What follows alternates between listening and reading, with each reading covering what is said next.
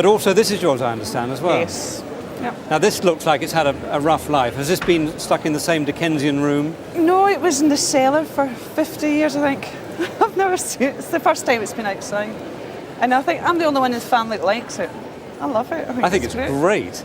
Because what is interesting for me, it's the same period as the bull table. Gechter is the kind of name only French art historians remember now. A sculptor of the Romantic generation that included Barry and Pierre-Jules Mine, exhibiting at the Salon des Artistes Français in the 1830s and 40s when historical bronze was at the height of its fashion. The subject here is Charles Martel, Charles the Hammer, the Frankish leader who stopped the Umayyad cavalry at the Battle of Tours in 732 AD, the engagement that, depending on which historian you read, settled the religious direction of early medieval Europe. Half a century Roman-like standard for all their trophies. Because I think you've got a garniture here worth, cleaned up, retail, £8,000. 8,000. 8,000.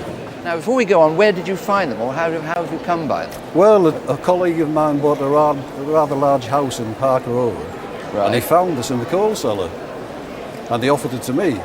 Right. So I cleaned it up and used it as 4 different cabinets. Well, what we can tell about the man is that not only did he collect books, but he also collected Simpson worked Darlington in the 1880s, northeast England, the Victorian industrial belt where cotton and iron money built private libraries that were meant to look bibliophile, whether or not anyone in the family actually read the books. Most of those rooms didn't survive the post-war demolition wave that took out Streatham, Witton Park, and the rest of the County Durham country houses through the 1950s and 60s. The carved oak fitments went wherever a labourer could shift them. In one case, the new owner's coal cellar. So, in that case, you'd get approximately half the insurance value. Yeah. The difference between being in the finding, the profit for either the auctioneer or the dealer or whatever, it's the difference between purchase and sale. Yeah. And so, if you wanted to sell it, you could safely say that you would get in the region of £4,000 if you want to replace your best part of £8,000. Yeah. All right? Yep. Okay. That's the difference, and I think they're wonderful. Historically, so interesting. This video is brought to you by Velco, the antique identifier app. Snap a photo of any item and Velco gives you an instant identification and a value estimate from its database of millions of antiques and collectibles. Available free on the App Store and Google Play. Now back to the appraisals. Of all the things in your house that you could have brought to the Antiques Roadshow, what on earth made you bring this? I've no idea. Just really, I think, to find out what it was. Has it been in your house long? 30 years. Oh, you've had it for 30 years? And did you buy it in a boot fair, or did you inherit it? I found it in the garden. What do you mean you found it in the garden? I was weeding, and I just found it in the garden. Buried in the garden? New Zealand greenstone comes from a single river system on the South Island's west coast, the Arahura, sacred to the Ngāi Tahu iwi. Working nephrite without metal tools could take a Maori carver months. Every konto on a 17th century hei-tiki has been shaped by stone, water, and patience.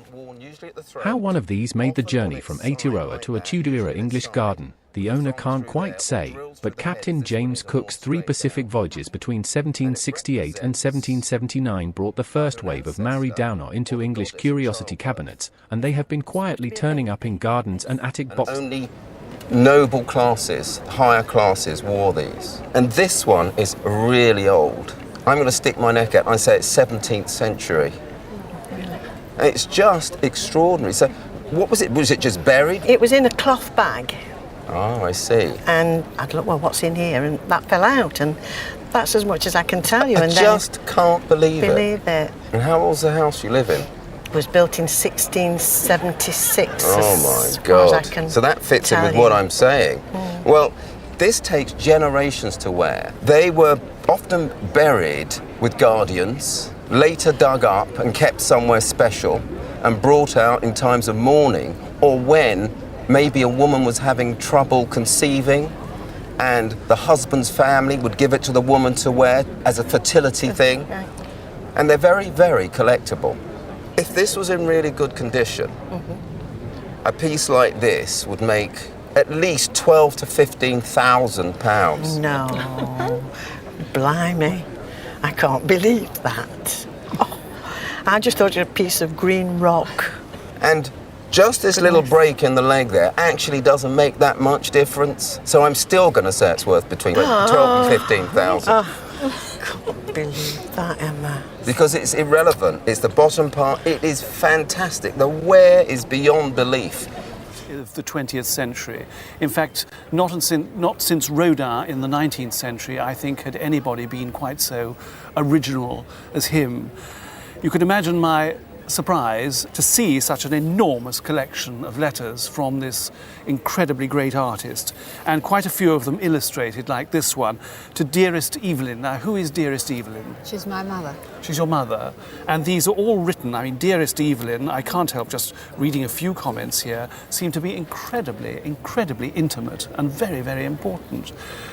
Did they have a very close relationship? I think that she rather hoped that it would lead to something more than it perhaps did. Marriage or something like that? I think possibly, yes. Yes. Well, I don't know. I think that he left her a very nice legacy with these wonderful illustrated is the letters. British modernist sculptor whose reclining figure series sits in courtyards from Toronto to Hiroshima, and whose late drawings now make over £500,000 at Sotheby's. Evelyn, Dearest Evelyn, was the woman he loved in the 1920s, who hoped for marriage and didn't get it. 2 Thames floods turned the family's Kew cellar into 8 feet of muddy water and washed away the portrait Moore had painted of her. The insurance company paid out £500. The 31 illustrated love letters were kept upstairs. Having known Moore, did you have any other paintings or pictures? My mother had a portrait of herself by him, Yes. which I can remember as a child, but we lived in a house whose garden went down to the Thames at Kew, and twice we were flooded.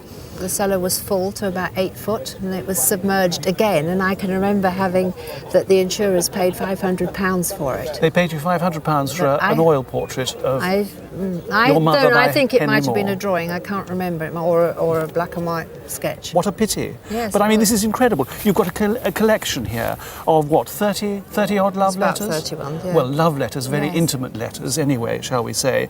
Many with lovely drawings in. I mean, this is just so typical of Henry Moore. It's breathtaking. And I've seen very few Henry Moore letters come onto the market. Still less have I seen ones with drawings in them.